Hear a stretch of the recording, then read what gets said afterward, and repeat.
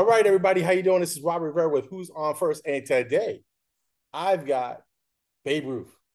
Nah, I'm only kidding. I have the actor who plays Babe Ruth in the movie. Introduce yourself. Well, hey, I'm Joe Ray. I'm here in Ocala, Florida, basically Ocala, and yeah, I played Babe Ruth in a movie called The Kid Who Only Hit Homers. But I wish that was my day job, but that was just a part-time thing at the moment. But yeah, I teach high school here in Ocala. It's my 24th year, and glad to be on the show. I mean, to play Babe Ruth, I mean, the actors that have played Babe Ruth, the John Goodman, I'm trying to think of the other couple of actors. I mean, to be lumped into that category to play such a famous baseball player. I mean, how's that feel? Felt pretty good. The closest one I seen to coming close besides, well, me, was Joe Don Walker in The Natural. I mean, they didn't call him Babe, but they assumed it was the Babe just because Robert Redford back in 1984. But it was a lot of fun.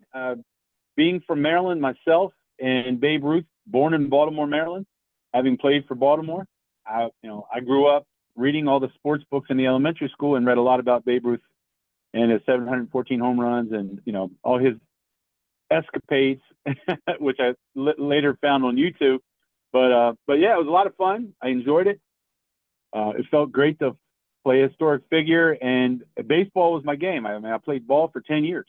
I was a pitcher, third baseman, outfielder, everything but catcher. So yeah, I enjoyed it very much so. So, I mean, doing this movie, I mean, what's the process of being picked to be the face of Babe Ruth in this movie? Okay. Well, like any character, look at any show, you always wonder how do they get these people? Who does this? Whose job is it? So each movie or each film, commercials as well, they all have casting directors who go out and they look for people who fit the role in their mind. Of course, Babe Ruth is a very specific person, obviously historic figure, and initially they had somebody a few months before the movie shot, but I guess they weren't quite satisfied with who they had, so they threw it out there again. And then my agent gave me a call and said, "Hey, there's an audition for this role if you're up for it." And I did a little audition, read a few lines, recorded my video at home in my back office, and just pretended, to be in the movie like I was talking to somebody, and sent it in. And then I guess they liked what they saw, and I guess the figure. And when I looked at a picture of Babe Ruth from the side and take one of my pictures, some of my pictures, there's a lot of similarity. So that's how they chose me. And when I walked into for the table read, 4 days after I got chosen, people were like, you saw people step back, like, take a second glance. Here I am just thinking, hey, I'm just a teacher going in for a movie. And here they were like, wow, such the comparison, especially the guy from New York who did a lot of the looking. So that's basically how they do it. They give you some lines, you apply through an agent and send the audition invite to a video, and they pick and choose. And there wasn't even a callback. So sometimes you get a callback, meaning that there's probably two people they're looking at. Recently, I had a political commercial like that where they had two of us, and they flew us in and to look at us. But in this case, they didn't even bother. They just said, "Do you want the role?" And I was like, "Yeah." "For what you're paying?" "Yeah, I do." So that's how I got picked. All right. I mean, I'm looking at this card right next to me here, and I'm looking at you as you're talking, and it's kind of eerie that, the look is there. I could definitely maybe it might take a second, third glance to go, but I mean, Right. it's a little eerie. So, I mean, now tell me some of the things you learned playing Babe Ruth during this movie. Um, Playing Babe Ruth, I mean, I thought I knew a lot. I knew he was in an orphanage and so forth. I just didn't know the father's, the priest's name who helped him play baseball. Oddly enough, weirdly enough, when I got on set, I thought I was just preparing the lines. No, the executive producer gave me homework. He sent me videos and said, watch these videos to mimic some antics and talk like him a little bit, just kind of hone in on that accent. Because I think so. So in this process, not only did I have to learn how to say, we say kid, hey kid, come on. We had to say Keed because Keed was his thing, Keed.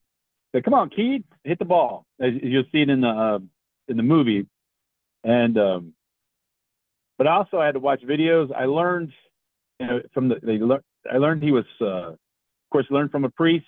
The priest is who inspired him, Brother Matthew, and then he was sold from the Baltimore Ironbirds to the Yankees, or to the Red Sox, and then the Red Sox sold him for $250,000 to the Yankees, not because only for the mere fact that the owner was broke, and I don't think he saw, even though when Babe Ruth first started, he was a pitcher, and they said if he had played baseball, or excuse me, if he had been a hitter instead of a pitcher, those first 5 years, he might have hit over 800, maybe 900 home runs, just because he was just an all-American athlete. Learned some funny things about him though, watching some videos. The Chicago White Sox tried to get him drunk, and he got off the train, and then they took him out, and then the next day he went and hit like 2 or 3 home runs, and they led the Yankees to the victory over the White Sox. And then he said, "Hey guys, want to take me out again?" And of course they didn't try to do it again. But Babe Ruth was. I didn't know that he adopted he and his first wife was young, like I'm talking like 16 years old. So they adopted a baby girl, and I didn't, because so I did, which I didn't know. I mean, I read some things, but I just didn't know. And what was funny is that his second wife, and this, you could tell she was Italian, this Italian woman from New York. And I was like, yeah, she's in charge. He was in charge of his press conferences. She had him down. I was like, yeah, there we go. She runs the Ruth. She ran the Ruth. So just a few interesting things learned about him. And when he did his movies, he slid. He wore suits. Like he didn't wear like one, he wore a baseball uniform every so often, but there was a couple movies.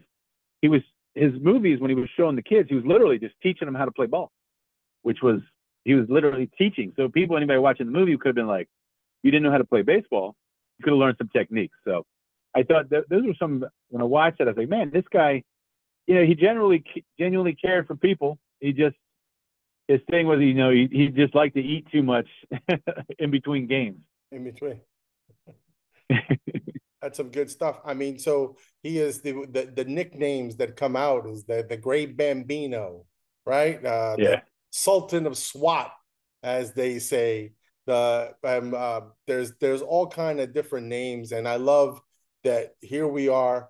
We're still looking at a guy who 60, 70 years ago is still a key figure in baseball.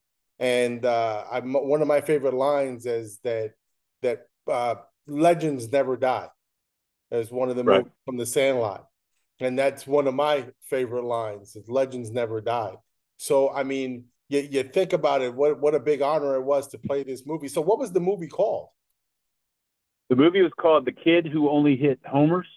It was based on a book by Matt Christopher, by a fiction book. Matt Christopher wrote the book, The Kid Who Only Hit Homers.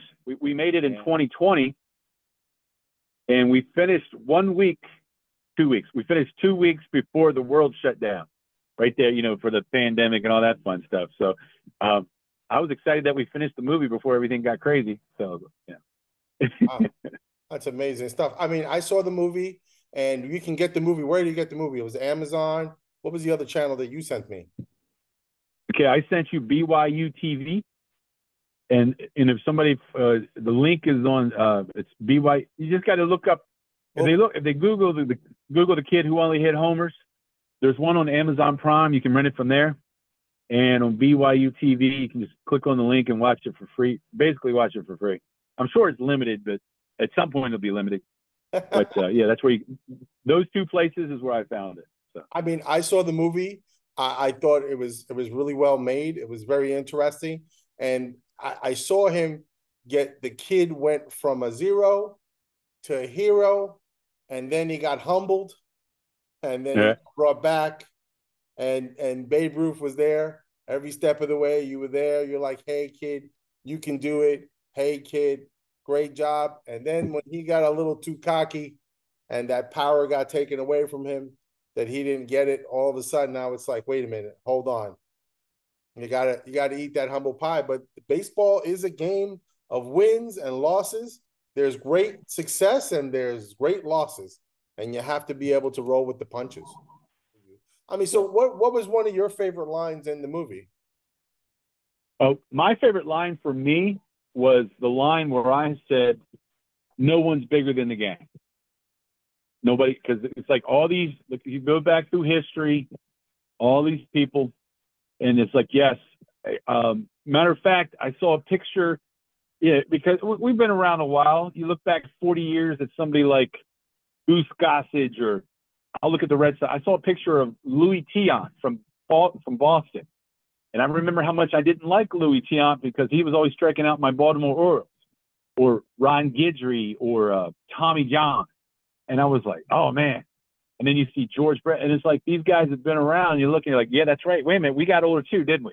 So, so, so my favorite was "No one's bigger than the game," because the kid, obviously he thought he was bigger than the game, and let people, I don't rule it for anybody, but they can watch the movie. It's about 52 minutes altogether. Um, it was a good. When I watched it, I was like, it was a good story, and I liked the story. I liked how Carlos Rodriguez put it together, him and his team, and it's weird. It's weird to watch yourself on television because I've done other things, but it's like that's just weird. Tell me, tell me about your love of baseball. Where'd you get that from? When I was a kid growing up, the Baltimore fan. We had Brooks Robinson. I started really paying attention around 6 or 7 years old, watching Brooks Robinson, and then I got to meet Brooks Robinson, and he signed my picture. He signed a picture for me, and I said, you know what? I want to be a baseball player. So that's where I started. And then, of course, my first year I played t-ball, and then went to the minor leagues, major league, senior league, and then we have in Maryland we have the American Legion, Right. where it's 15 to 17 or 16 to 18-year-olds, and then after that they still have it. They have the unlimited league. People can play until there are 55-year-old guys playing 70-year-olds playing unlimited league baseball still. Oh yeah. Down in Delaware and Maryland. And then the second year I went to the minor leagues. The coach taught everybody how to pitch, and I was a decent pitcher. So I pitched, played shortstop and center field. Those were my big three. And then when I got up to the I guess the majors and the seniors is where I kind of took over third base. That was my main position, or third base and shortstop.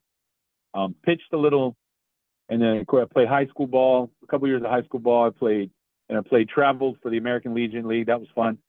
And but the American Legion League was where I first faced my first 93-mile-an-hour pitcher.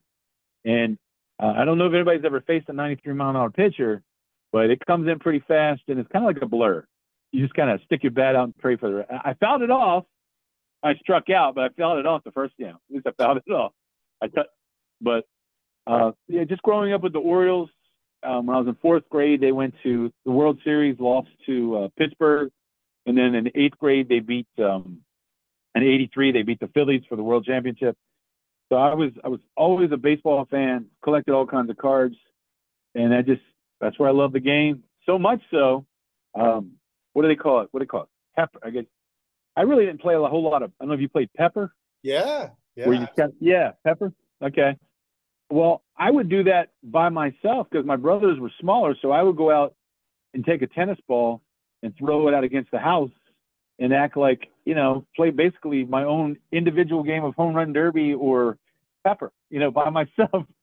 And I took baseball cards on rainy days, rolled dice, played little baseball games. When I saw a card of Ron Say the other day, the catcher for the Dodgers back in the day, I went, Oh heck, I had that card. So, Yeah, so I used to take all the cards, all the no names, and I would make my own all-star teams, and just and then I'd have the backup squad. Let me give these guys a chance because I remember what it was like to sit on the bench. So I gave my baseball cards a chance to play second string. So it's kind of, you got creative, but that's where I got the love for the game. Just gave me a love for the game. My friends had a love for the game. We just and having kind of like the Sandlot, where if you had a group of guys, we would just go to the ball field, and we didn't have enough people for 9-on-9. We just we play home run derby. that's right. So yeah, Yeah. so Designated pitcher. So my little brother was yeah, designated pitcher. All you had to do was just throw it over the plate. We play home run derby. We got played wiffle ball against the wall. right. We played stoop ball. I don't know if you ever heard of that. You had a little stoop, had a couple of steps, and then Yeah. take the ball, bounce it off the stoop, and for every bounce was a hit. So if it's four bounces before you picked it up, that was a home run. And then you turn 2 out, runner at second, and you boom, and you bounce it, boom, base hit. A runner at first and third, 2 outs, boom, and he caught it. That's it, end of the inning. And it was just this we did. Flipping cards. I remember doing that. And you mentioned Greg Nettles. Greg Nettles was one of the guys that I wanted to be. I wanted to play third base. And when I was 11 years old and I wanted to be Greg Nettles, and I had played a little bit ball before that. I played all over the place. I remember my coach turned around and he said, "No, you're my catcher." I said, "I don't want to be the catcher." He goes, "You're my catcher." And I said, "No, I don't want to be the catcher." He goes, "Well, I need you to catch today. Go put the equipment on." I put the equipment on, and of course, I put it on wrong. He showed me how to put it on, and he said, "This is how you put it." I said, "Okay, no problem." And every time I turn around, he said, "Rob, I need a catcher. I need you to catch him. Catcher. And I'm like, I don't want to be the catcher. No, you're the catcher. And one day I came home and I told my dad, I said, "Dad, I don't want to be the catcher, Rabbi." He says, "They made you the catcher? You know how important that position is?" Right. He says, "Oh, you're the captain of the field." What? You see? Oh, what? I said, "But I'm not the captain." He goes, "Oh, you don't have to have a C on your shoulder. Doesn't make you captain, but you see everything, you know everything." He goes, "You're smart enough, you could be the captain." And I was like, "Yeah, what was that for?" I started barking orders and screaming at people and doing this. And it really, I started looking at catchers. And one of the first catchers that I remember, and of course, today is his birthday. So it's Tony Pena was one of the guys. Yeah. That was like, wow. And then Johnny Bench. And you're watching these guys. You're seeing these guys play, and you're like, holy smoke, Lance Parrish.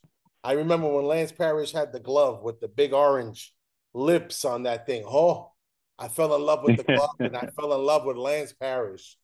Rick Dempsey. Dempsey, yeah. Rick Dempsey. When I saw Rick Dempsey get plowed into, and I mean, he got hit and he went over like a tumbleweed like 3 times and then come up with that ball. I said, man, these guys are the ones that I want to be with. But if anybody goes to Camden Yards in Baltimore, there's a Dempsey's restaurant there, and they have syrup coated bacon lollipops. And I tell you, they grill them on the grill. They soak them. They soak them in maple syrup, and then they re-grill them. And I tell you, my wife went to Baltimore, and I said, "If you come home without those things, I'm not letting you in the house." After we were leaving, I saw this white baseball on the ground, and it said Babe Ruth on it. And I'm like, "Wow, it's really weird." And I go up a couple more feet, and there's another about 20 yards. There's another baseball. And I look down and I'm going, "What's with the Babe Ruth baseballs all over the place?" And I look up and I see one of the ushers, an older gentleman. And I said, "Hey, what's up with the Babe Ruth thing?"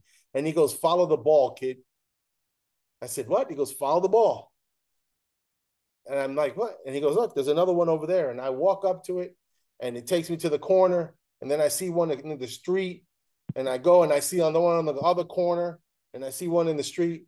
And I just started following the baseballs. Well, at the end of the baseballs was Babe Ruth's house, the house that he was born in. and it was awesome. It was like, wow, the house that Babe Ruth was born in. And to think, and it's funny because you went in there, you're like, hey, how come you don't have any Baltimore Orioles stuff? And they said he didn't play for the Orioles. He wanted to, but he didn't play for the Orioles. All they have is Boston Red Sox stuff and Yankee stuff. And he's known to be the Yankee, and of course, the home run king at 714. I auditioned. I don't know. There's supposed to be a baseball movie commercial coming out, maybe with Babe Ruth. I don't know if they're going to do it with Babe Ruth, but I did an audition for a commercial as Babe Ruth, and we went through like 4 or 5 callbacks. It was between me and somebody else because they kept saying, I need one more thing, one more thing. Then they wanted me to throw left-handed, and I went, oh, I'm a righty.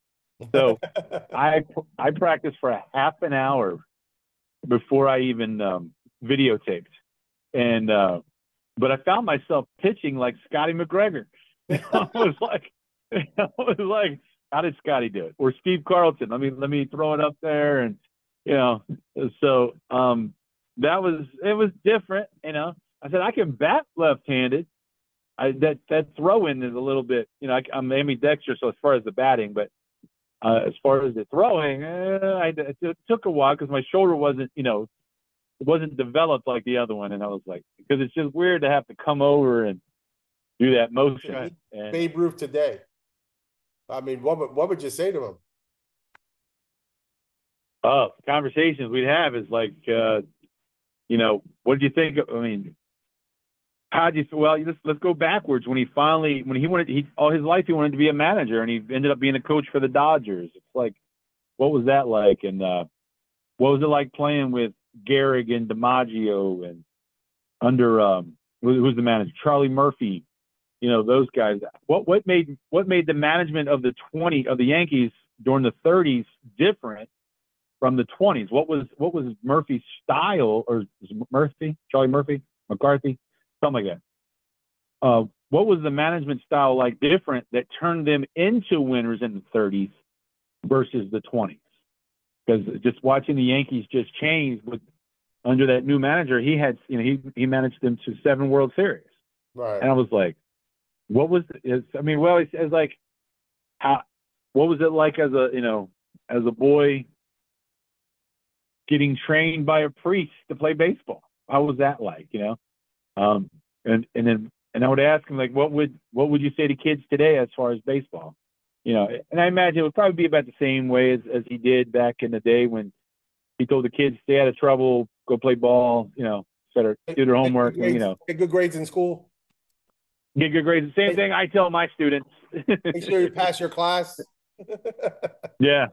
But I would, yeah, absolutely. But I would love to meet, I haven't met a lot.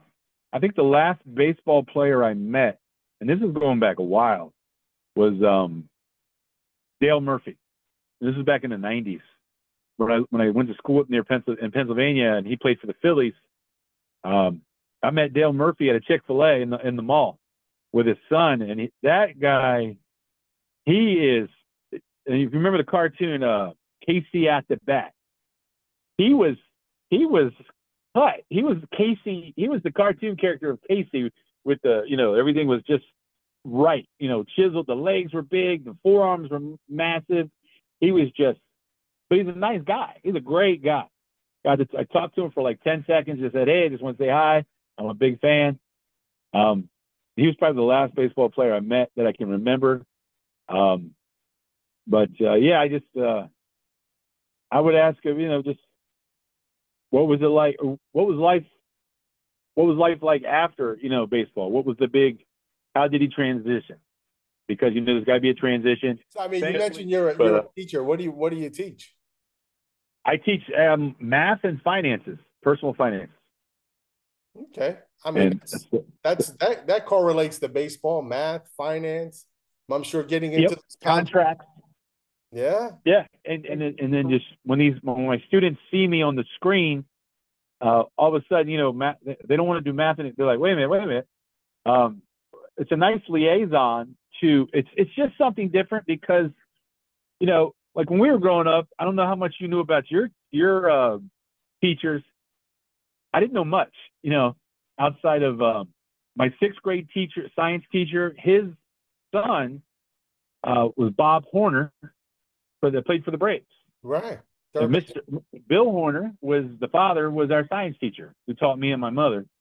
Like my T-ball coach was my eighth grade history teacher, eighth grade U.S. government teacher. But outside of them, I didn't know. I mean, my first grade teacher went to school with my mother. I knew that, but that was it. I mean, I didn't know anything about their background. You know, I knew if they had a missus, they were married. But you didn't know anything unless you saw them in town or whatever, unless you were their neighbor. But I wasn't neighbors with any administration because they lived in a whole nother, you know, they made decent money, so they lived in better housing than we did. Yeah. But what's nice is to show the students that I'm not that, you know, it kind of takes the mystery. Kids always want to know, you know, with all the ability to Google, I mean, they can Google all my ads. It's sad, they can Google our addresses because it's out there. But it takes the mystery out. Plus, it adds a layer of character to my teaching profession where I'm not just a math and finance guy, but also that, hey, I do other stuff. Like, you know, I used to be a paper boy. I've been on several commercials, several movies, been in some films, got a radio show on Wednesdays, got YouTube videos I make. Crazy enough, some TikTok videos I make. So they research that stuff. So they go and look me up, and then they that now. It's like, hey, as a teacher, as a role model, I'm a highly public figure. So I lay it out there. So, you know, I give the kids something to talk about. And then when they go home and watch certain shows, they're like, that's my teacher. And of course, their parents don't believe them until they pull up my movie database page and they're like, or a yearbook, and they're like, oh yeah, that is, you know. Then all of a sudden it's like, yeah, and it makes connections not just with the kids in my class, but I had a student one time walk down the hall. I was actually on Ozark on Netflix, and on season 2, and I had a kid walk down the hall, and he looked at me strange and said, "Are you on Ozark?" And I went, "Yes." And then my second question was, wait a minute, why are you watching Ozark? I was part of the mafia, but I was like, why are you watching this show? Yeah, I've been watching that show. Because when I got cast, when I got booked for the show, I didn't even know what it was about, you know. So of course you can't go on the show and not know what it was about. So I went and of course binge watched it and went, oh man, that's different. And it's a lot of fun to do the teaching. You know, like I said, I just finished 24 years. I still got probably another 10 to 12 to go before I unless I hit that big gig and get the detective role, or get that big whatever role on Blue Bloods or NY, you know, Law and Order, something, you know, something of that nature. You ever get recognized around town here in Ocala? Anybody else? It's like, oh wow, look at him. No, not unless they only know me as their kid's teacher. That's it. I do have an actress type of story. I interviewed Lois Youngman. She was one of the players for the All-American Professional Baseball League. She was one of the original players. She played 4 years in the league, and she was a catcher. And she got to catch. There was 2 perfect games in that league. She caught one of them. And wow. She was telling me when they first came out with the movie, they were making a casting call, but Penny Marshall told everybody, if you can't play ball, you cannot be in this movie. Wow. And what wound up happening, she said there was batting cages being rented left and right. All these actresses were out there and they were looking to go play with the college guys, and they were looking. And she said, if you want to make me mad, or she goes, if you don't want to be my friend, you call me a softball player. I'm not a softball player. I'm a baseball player. And Penny Marshall said, you have to be able to play baseball, not softball. And she said those batting cages were rented left and right. They had coaches all over the place. If you were an actress and you were in that movie, and you're a legitimate Right. actress, you had to play ball. And there was a little bit, as she said, Hollywood hyperbole in it Yeah. about manager. And she said Jimmy Fox was actually her manager, and he was a very kind gentleman. And he did have his drinks, but he was never drunk in public. He Right. was never vulgar, did not use profanity at all, was very kind, was very nice, always a gentleman, always dressed nice, and always shook hands and waved his little cap, as they say in the movie. Yes. Yes. But yeah, I mean, it's great to see that they're making these movies about some of these great ones, and we just don't have one movie or two movies. And well, what was interesting about the movie on set is they have what we call stand-ins, where they get somebody to stand in for the main actors, so they can line up the camera so they can line up the cameras and the views and all that. And the guy standing in for me was a retired New York City police officer. And when he started talking, I'm like, oh, because a lot of times when you get on set, and I hate this, I hate it when they try to do it to us, but you got to respect the rules, because they tell you if you're not spoken to, don't talk to the stars or whatever, or as they say, the talent. Well, we're all talented, but the main actors are called the talent, and they told them not to talk. So I get on set, and these two people are just staring at the ground, and I'm like, and I looked at him. I said, "I'm just a math teacher, guys. I'm no different. I'm no different than you." I said, I lived an hour from the set. I said, I live an hour away where I'm on, I'm taking time off to film this movie, et cetera, et cetera. And I made friends with that guy, with the cop. And he blessed me with some cards. I can't say what they are, but I can tell you they were some awesome Oriole cards. I was trying to get him to part with the Thurman Munson card, but he only had one. He thought he had two, but he only had one. I was like, man, Thurman Munson, I love that card. Yeah. But he blessed me with some baseball cards, and it's like pure collector item. Talking maybe like 5-6 years ago, I said I'm getting back into cards, and the guy says, "Listen, pick one guy and go after that one guy." And I said, Right. The only one I would really want to go after is Clemente. He goes, "That's a good one to go after." And I was like, yeah. Right. And I tell you, some of them cards are costly, but one day I will be blessed with a Roberto Clemente rookie. Hopefully a 3 or above.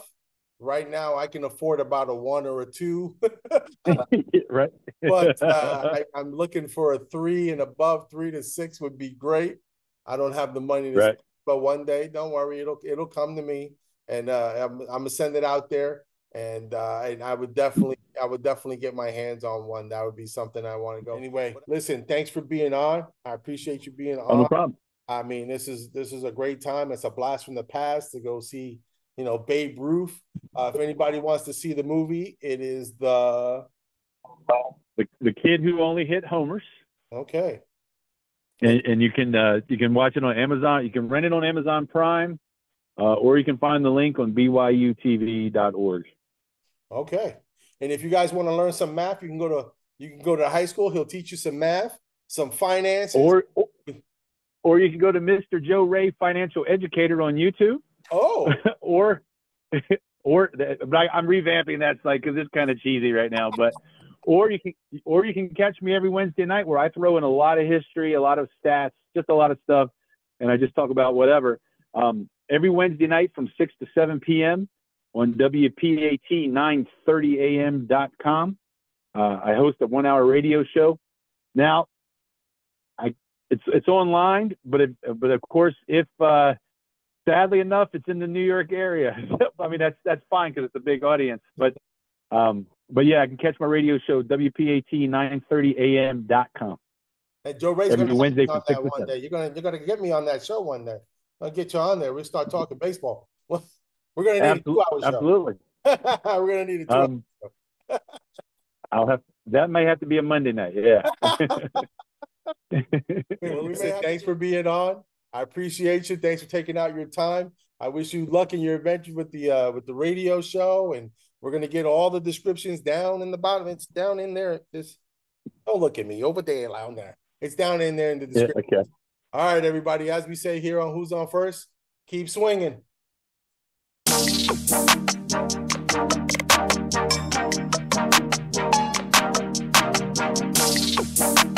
If you like the show, please do me a favor. Subscribe. Right.